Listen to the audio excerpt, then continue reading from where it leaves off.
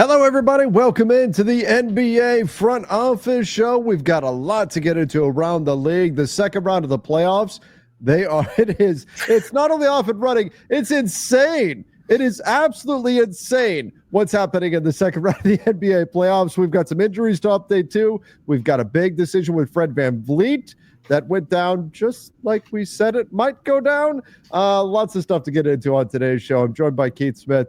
Keith, apparently there's no place like the road. Forget there's no place like home. There's no place like the road in the second round of the NBA playoffs. Yeah, forget Dorothy and those slippers. Throw those things in the trash. Goodbye. Do people even know that, right? People still watch Wizard of Oz. I would think so. I think that's kind of just culturally part, but maybe another couple decades, maybe not. Yeah. Well, Wicked's so popular, maybe that's true. like a new Brahma fandom. I don't know. That's got nothing to do with anything. Yeah, I mean, I've been watching basketball for a very long time. I'm very old. We've established this. Been doing this for a while. I've never seen anything like this. We're 5 games in and 5 road wins. And not only 5 road wins, but all of them weird. Like big comebacks, or the Warriors win without Steph. Like who would have ever imagined that? But yeah, I guess because it's not really on our full list. We didn't do a show yesterday because we were catching up on other stuff. But like Boston misses 9 million 3-pointers. I think they just missed another one. In the loss to the Knicks, the Thunder just fell apart, and Jokic did Jokic things, and Aaron Gordon to the rescue once again for the Nuggets. Yeah. Cavs, we're going to get into it. Bunch of guys hurt. They like 2 completely improbable losses. I think it's 3 and like 1,600 something, I think. Teams records when they are trailing by 7 or more points in the final minute. Pacers have 2 of them in the last week. And in the play, and not like it's different if it's regular season, like it's in the middle of January and a team just their attention wanes or whatever. This is playoff basketball, and they've come back from down 7 or 8 in with 40 seconds remaining twice. Yeah, unreal. Well, I guess we'll start there. So the Cavs open the game. No Evan Mobley, no Darius Garland, no DeAndre Hunter. It doesn't sound good on any of these guys either. It sounds like these are not ones where like definitely back the next game. I've said this other places, but I'll say it here for posterity. People are going to stop with the Darius Garland as a toe injury. He can't play. Multiple people, football players and basketball players and some soccer players, because these are the injuries where turf toe is most prevalent, come on and been like, yeah, you can't play. You can't run. Can't run, can't jump. You can't push off. Austin Reeves was getting a lot of the same type of commentary, like all that. He's got a toe injury. Come on, stuff like it makes it sound minimal, but that's not really. You can't push off. So you can't play where you can't push off. It makes it very, very challenging. Yeah, a little hard. It's a run and jump sport, and if you can't run or jump, it's going to be really hard. And then Mobley's sounds like a pretty badly sprained ankle. Didn't look good in the moment. And then you've got DeAndre Hunter. Was ruled out initially with they called it a dislocated thumb. Now they're saying it's sprained thumb. I saw some questions of like, well, which one is it?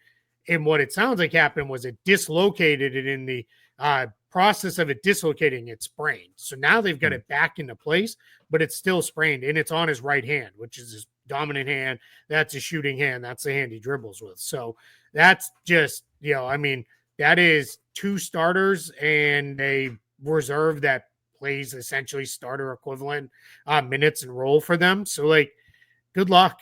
And now Donovan Mitchell got a little bit lost. I thought he was limping pretty badly at the end of that game. He got landed on. Yeah. And then you had it cut so quickly because they were so far behind Warriors. Well, should have been if Buddy Hield didn't have the wrong shorts on. Should have been, half a quarter or more behind. And they ended up getting over to that one very quickly. And we didn't really see, and there's been no update. There won't be an update until they get ready to play ahead of game 3. But I don't know, man. This is starting to feel like last year for the Cavs all over again, where it's just we're passing the point of no return with injuries. And Tyrese Haliburton is right. Overrate that Like, just unbelievable. Did you see he is 10 for his last 11 on Insane. game tying or go ahead shots in the fourth quarter? And it's like, overtime. how does he miss that free throw and then the ball winds up and it was almost like you're watching it and you knew it was going to happen. Like as soon as you saw the free throw missed, it's like, oh, he's going to get it. Oh, he's going to hit this three. Like it's absolutely insane. There is some sort of magic spell that Tyrese Halliburton has activated. I think he has visited the same crossroads demon that Aaron Gordon did in order to turn into suddenly the league's best three-point shooter. Maybe. Somehow Tyrese Halliburton now has made a deal to make sure that he never misses in crunch time. Could very well be. I mean, I don't know. What was funny too, there was two thoughts on the Pacers Cavs game too. Everything that needed to go wrong for Cleveland did. Everything that needed to go right for Indiana did. That is so uncommon because all it would have taken was any one of those plays to go the different direction and the game's over. It just ends. That's it. It's over. And everything went that way, including Halliburton getting that rebound. And in the moment, I was like, shoot it, go up. Like you're in the paint. And he was like, nah, I don't want to play overtime. I want to go home. I'm going to go win. He just dribbled out. And the minute he shot it, I was like, that's going in. Like, you don't get to this point and then miss. Like, absolutely bonkers game. I watched the ending of it probably now 10 or 12 times. And it's still like the last 2 minutes of that game. And it still is like, I've never seen anything like this. Just unbelievable. So, I mean, you got a great performance out of Donovan Mitchell that game. There was no reason for the Cavs to lose that game. Are they done? Now they just went down 0-2, losing both their games at home. Is this it? Yeah, I think it might be. I mean, we have seen teams come back from down 0-2 before losing both home games. Was it Denver or Milwaukee? Maybe Milwaukee in that finals? Maybe. Against Phoenix? Did they lose both? I don't remember, but teams have gone down. There was a series where a team went 0-2 and then the opponent went 0-2, right? Yeah. I think that was last year or year before. Yeah. I can't remember who it was. Might have been I'm getting Bucks Suns series, but whatever. Because then the Bucks, I know the Bucks were down 0-2 and they ripped off 4 in a row to win. Yeah. But it's the combination being down 0-2, going on the road, and not having healthy players. I just don't know how they overcome it. Now you can sit there for Kenny Atkinson and the crew and be like, guys, we should have won. Like we do any one thing correct there at the end, we have the game won. But man, that's going to be tough. And like if I'm the Pacers, jump on them early, get them down, get your crowd rocking, and just get them thinking like, all right, it is what it is, and we just don't have the horses. But man, what a if you're a Cleveland fan, you got to be like, again, 2 years in a row with this. Yep. Like, everybody getting hurt in the playoffs. Like, well, what do we need to do? And like we talked about the other day, there's no right answer. The Cavs had 3 guys play barely over 30 minutes in the regular season because they blew everybody out, and just Evan Mobley steps wrong. DeAndre Hunter took probably if not a dirty foul, definitely borderline dirty foul, or I guess no foul because it wasn't even called a foul, I don't even understand how we got there. And then Darius Garland, I mean, just, injured. Like there's not much you can do to protect against some of these injuries. Yeah. It's just unfortunate luck. And part of why, the playoffs, it's a war of attrition. It's not just about being the best team. It's also about staying healthy. Who can stay healthy throughout the playoffs? And in addition to a number of other factors that determine who ultimately wins the whole thing. Well, let's talk another injury. It's fun to do. Steph Curry. So last night's game, pulls up with a hamstring injury. It has been classified as a grade 1 hamstring strain, but a grade 1 hamstring strain, which is probably the best case scenario. At least it was a grade 2, but that carries with it a 1-week recovery timeline at least. And there is the possibility of a recurrence of the injury. I looked it up earlier today for something I did with the basketball bulletin. It's about a 10% chance that you're going to have a recurrence of the injury once you come back. So that's going to be the challenge here for the Warriors. Steph is out for a week. The Warriors even officially announced he's not getting reevaluated for a week. So Keith, based on the schedule for that series, that puts Steph out through game 5. Now, obviously, the Warriors found a way to win without Steph in last night's game. So where do you put this? Are the Warriors just done? Or do they have some fight? Can they still win the series? What happens now with Steph missing, looks like the next 4 games in this series? Yeah, and if you're the Warriors, that's why getting that win last night was so massive. I can argue that the Timberwolves loss of all of the 5 losses so far in the second round, that was actually the worst one. Yeah.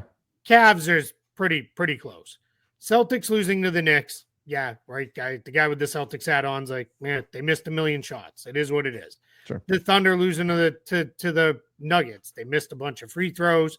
They didn't play well. Their follow-up 3 strategy didn't work didn't get executed the way anybody else does. Like, just was messy. Yeah. And they lost. So you think if you're those 2 teams, obviously if they go down 0-2 tonight too, that's a problem and they're in trouble. But they're thinking like, yeah, we stumbled. Just get back. The Wolves are like, they not only did you lose the game where Steph didn't play, but you played terrible. Oh. Now, it's funny. I can argue that's the worst loss. I also argue they can be like, well, we might have the best reason to feel good. Steph's out, and we're certainly probably not going to play that badly again. Like, we just got to get after it. The worst 3-point shooting percentage through 2 games in NBA playoff history. That are just over 15% from 3 over the last 2 games. Now, against my Lakers said, no, thank you. We're not interested in getting on a plane to Minnesota. And made sure they got out of that series. That was gross. Well, but you got to take a connecting flight to Cabo from Minnesota. What it is. You can get it direct from LA. That's what it is. But for the Warriors series, it made a big difference. But that said, this is the 4th best 3-point shooting team percentage-wise in the NBA. If you're the Wolves, you're saying, okay, we had 2 outlier shooting nights. That's not going to. We're too good of a 3-point shooting team for that to continue. Once regression kicks in, they can be off and running. Now, I almost look at this though, Keith. Like if I'm the Wolves, I now have extra motivation. If you could get on a run here, get this done in 4. Do not let stuff come back because there's a 3-day gap between Game 5 and Game 6. Yep. So and that's sorry to interrupt you, but that's a true 3 days off. Yeah. Like it is 3 days completely off and everybody's like, why did they do it? Well, they're aligning stuff for TV, right? Yeah. You want to make sure you have games in the right TV windows and all that stuff. But that's, three actual full days off. So 1 will be a travel day, but that's it. And then it's going to be, rest up, light practice, and get back at it. I think this game 2 for Minnesota is very close to a must win.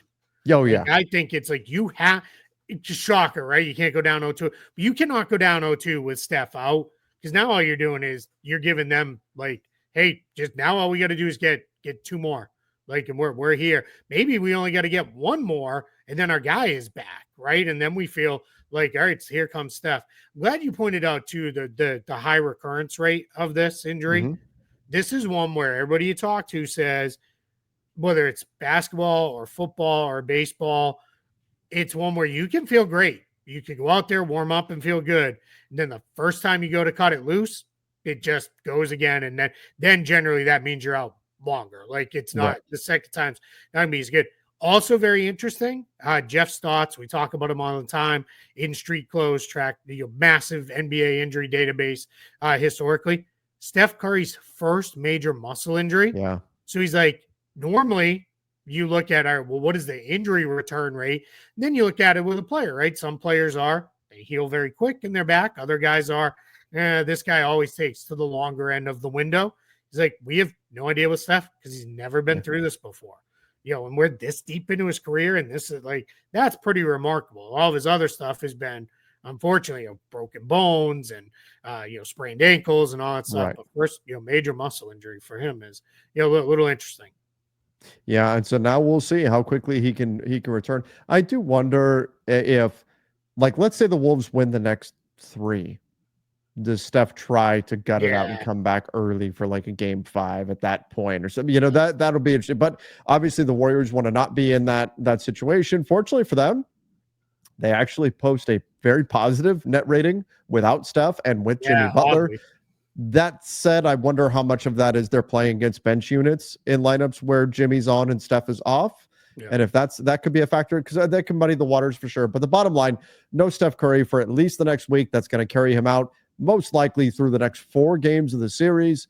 And we'll see if the Wolves can take advantage of that opportunity, if they can find a way to put the Warriors away. But again, they're going to have to shoot better than 15% from 3 in order to do it. That's for sure.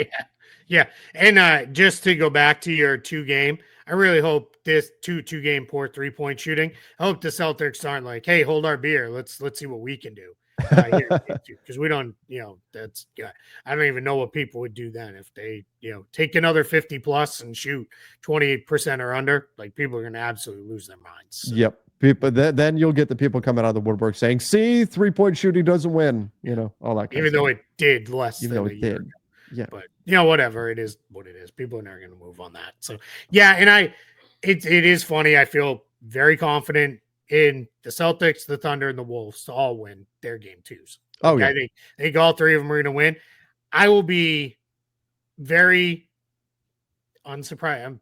Why I can't talk today. It's like English is my 10th language. I won't be at all surprised too if it's like 3 semi blowouts.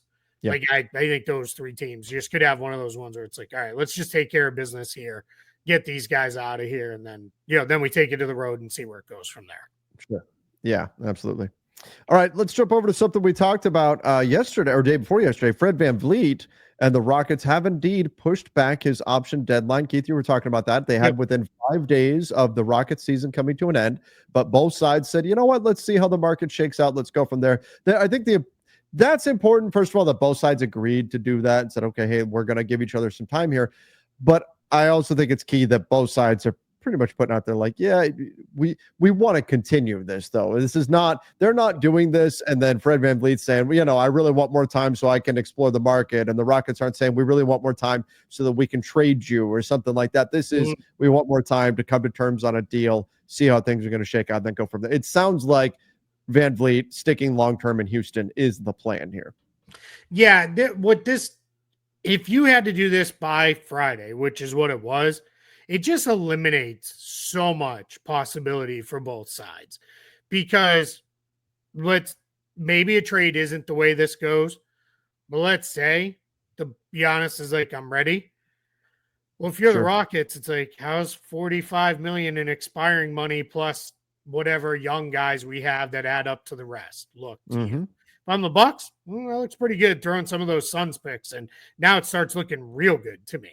And that's where you just don't want to take that option off the table. And if you decide you're definitely keeping him, well, now you're locked into $45 million for next year, or like you're locked into trading him. If you decide, all right, let's decline it, well, now you don't have that money to trade. And a sign and trades are so difficult now with the way they trigger the apron rules and all the stuff with that. It's just very hard for the Rockets if they made this decision now. The other thing is, let's not forget, when you get to the end of the season, you can start talking with your own guys, meaning the end of the actual, not your season, but the end of the season as a whole. One day after, you can start talking to your own free agents. Technically, now let's not be stupid. This got done because the Rockets and Fred VanVleet have talked, and they at least have some understanding of where things could go. Sure. We're grown-ups here. We're not going to cry, foul of the tampering rules and all the other stupidity. But it really is like, now you can get into a spot where it's like, all right, we can talk to you, and we've now had another month and a half because it's got pushed back to June 29th, which is the final date. Like all option decisions have to be made by June 29th. You're sitting in a spot now where it is, all right, we kind of had some other talks with teams. We know what's available. If we want to trade you, where do we want to go? And everybody works together and they figure out the best path forward. Yeah. And that's why you do this. Having an option, the deadline this drastically early was a little weird, but it kind of forced the hand of, all right, let's push it back. And, both sides, I'm with you. I think the most likely path here is the Rockets decline this option. They signed Fred VanVleet to something like 3 years, $60 million, with $45 million guaranteed money in that, 3 years, 60 window. That way he gets the exact same money guaranteed. You just spread it out over a few more years. Like that. So you think he's 3 years, $60 million. So you think he's going down to a $20 million a year? Wouldn't player? be surprised. Yeah, because he got overpaid. He knew he got overpaid in the first place. He got overpaid because they had to use cap space that summer. And it was like, yeah, we really want you here, so we're going to overpay you. I think this has been leading to this for basically since he signed with them in free agency. I would say, I mean, I'm surprised at that number. I think he'd be a great value at 20 million a season with what he brings. Maybe a little higher, who knows? But you start going much more than like 30. Now I'm getting into like, yeah, right. You're not going like, hey, here's another 40, here's another 90 for 2 years or something like that. No, you're not going crazy. Well, it better not be. Let's put it that way. We're going to have some very critical words for Rafael Stone and the Rockets. If that's where it goes. Right. Be even more critical than when they did this when he was, I think, 27 years old and signed him to this contract. So, right. Yeah. Exactly. That cap sheet, though, man, that's a pretty clean cap sheet. It is. Jalen Green's is a little. I don't love it, but it's fine. I kind of think Jalen Green's not going to be on this team next year. I think if they make a move, he's probably one of the guys they move. But let's see where that goes. All right, let's talk a little bit about the Brooklyn Nets. They are hoping to avoid a long rebuild, but this got me thinking, Keith. Aside from maybe Sam Hinkie said it or something like that. Does any team ever say we really want a long rebuild? We want to be awful for a long time. That really sounds great to us. Whoever says that? Yeah, nobody says we want. I think the closest was the Wizards guys last year when they're like, we're still in the teardown phase. Right. We haven't even completed that yet. Like we haven't even started to build back up. That was code for, but buckle up.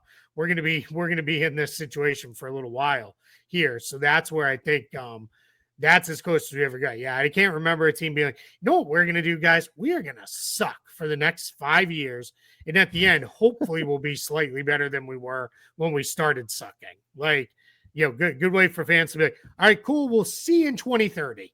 Right. Exactly. But yeah, I also get it. Like, I think this is a way of saying, hey, we're pretty positioned to flip this thing fairly quickly. So, like, yes, even if next year's a little rough, hang in there with us. We're going to get there. And especially they've got their pick in this year's draft. They have next year could be a really good draft class as well. And you never know what the lottery may. Here, they moved up to 3. They moved up to 3. Oh Dallas. My God! Though, look at Dallas. Look at Dallas. Nico. He's number 1. Q the Nico was right, people. Right? No, you know what this would be? This would cue the it was a conspiracy. The NBA 100%. Promised Dallas the number 1 pick in exchange for giving Luka to the Lakers. That's what that would turn into. Jazz and Wizards fans, they're like no more spins for you guys. Like every time one or both of us drops, all the way as far as we can go with this. So Philly keeps moved up. Philly moved up. Brooklyn moved up to 3. But that's my point though. For the Nets hoping to avoid a long rebuild to get us back to where we were. They're looking saying, hey, what if we do move up in this year's draft class? We have a 37% shot at a top 4, and then we're bad again next year. And we get another top pick there, and then off we go. And we've got a bunch of cap space this year to play with, and we can maneuver with that and do what we can. And there you have it. I think they'll be opportunistic if Giannis pops on the market and they're able to go get after him. Maybe that they need to really have 2 paths figured out. Like, hey, if we can get Giannis, how do we pivot that into a team that can win very, very quickly? And then also there needs to be if we just stay the course, what do we do from here? But if you hit on this year's pick and next year's pick, you could, given the quality of talent in these drafts, you could be off and running if you're the Brooklyn Nets at that point. 100%. Yeah. I mean, you move up into the top 2 or 3, like they did here. You're coming away with Cooper Flagg, Dylan Harper, VJ Edgecombe, Ace Bailey, kind of really take your pick for Brooklyn at 3. You're not getting Flagg or Harper. They're going to go 1-2 in almost any situations. So then it's, do we want the guard? Do we want the big wing, the kind of Paul George kind of ish player in Ace Bailey? Not a great comp there, but close as far as a guy who's, a pretty good, tough shot maker. And then to your point, all right, then we got the guy.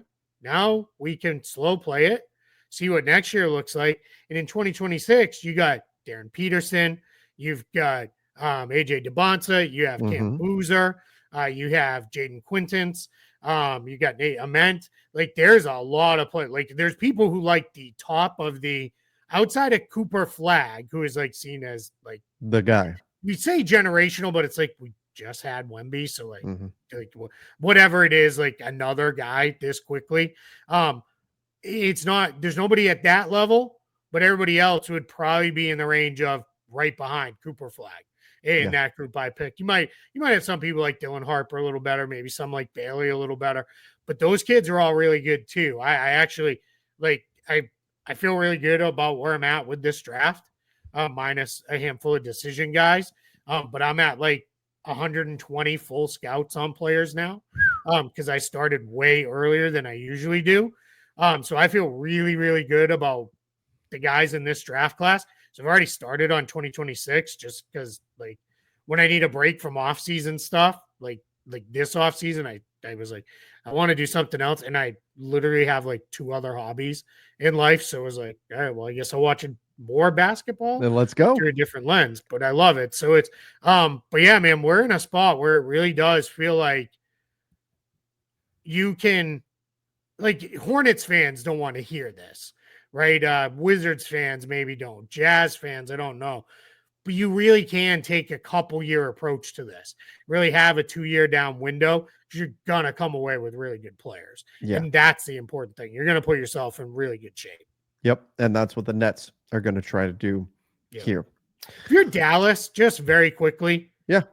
Do you at least see what you could get in a trade for that? Yeah. You're calling up Milwaukee immediately and saying, hey, let's talk Giannis. Oh, man. Yeah. That's what you're doing if you're Dallas. For sure. You like, get that number 1 pick? Yeah. And then AD's like, see, I don't have to play the 5. I can play the 2. There you go. Yeah, dude, I'll be, well, remember all the stories? He was a point guard, like, as like a freshman in high school. He's like, Kyrie's out for a while. I'll run the point. No problem. I got it covered. Yeah, point AD. Yeah. Started all 7. It's like that Nuggets lineup in the bubble when half the team was out with COVID and they started 3, 4, 7-footers. Why not? Or whatever it is. Let's go. Big fun. ball is back. Just for fun. There it is. The 90s are calling, baby. That's right. Let's go. Radical. Yeah, man. Oh, boy, that'd be fascinating. Who goes up and get right? Yeah, you call Milwaukee. Like, I don't know. You call the Suns. Like, what a get out of jail free card for the Suns. Go get KD, because that rumor's already out there. I don't know. I don't think I'd trade the number 1 pick for KD. I probably wouldn't either. I actually, Murray Freeze. I definitely would not do that. But Giannis. Yeah, Giannis is that's Giannis, you feel pretty good. You're getting 4 or 5 years out of, I think, Giannis. Like, at this point, like, KD, we're down to. I mean, I don't know. LeBron's ruined everything with this. I don't even know anymore. Al Horford's 38 and still contributing to a playoff team. Like, I don't know. Maybe these guys are just all going to play till they're 40, and that's just maybe. I actually, honestly, very quickly, I think that's one of the things we're going to start seeing really reframed within the NBA. We could talk more about this later in the summertime. I think NIL is going to cause kids to stay in school longer unless you are a slam dunk pick like Cooper Flagg. Why not stay in school and make a few $1 million, at least 1 or 2 more years? And I think the fact that players play into their mid to late 30s now regularly, even just good role players, why not make a bunch of money in college? If you're a Cooper, you come out and go number 1 and get your career started. But if you're like, I'm a mid to late first round pick, or I'm on the borderline, let's just stay in school, make some money, then I'm going to play longer. And I don't think teams are going to be scared away of those guys, because it might be, these guys might play, until they're 35. Whereas before it used to be, right? Well, our whole life's grown up. I was on the wrong side of 30. Yep. And that's it. That's starting to move. Now it's like 30. He's just hitting his prime. Like, he's just finally knows how to play and win. It's like, all right, he's 8 years in, but sure. Yeah, man. It's it'll be interesting. Yeah, for sure. And that's definitely a topic we should get into over the offseason. We can talk about who is it that's going to be able. And then other guys, though, still hit that age cliff and then they fall off. Oh, yeah, for sure. Yeah. All right. Well, make sure you guys do subscribe to the channel. Obviously, we've got a lot of stuff coming up. It's going to be a very busy offseason. The summer of the trade is coming. Oh, yeah. Can't wait. think it's going to be a very, very busy summer. So again, hit that subscribe button. Till next time, everybody. See ya and stay safe.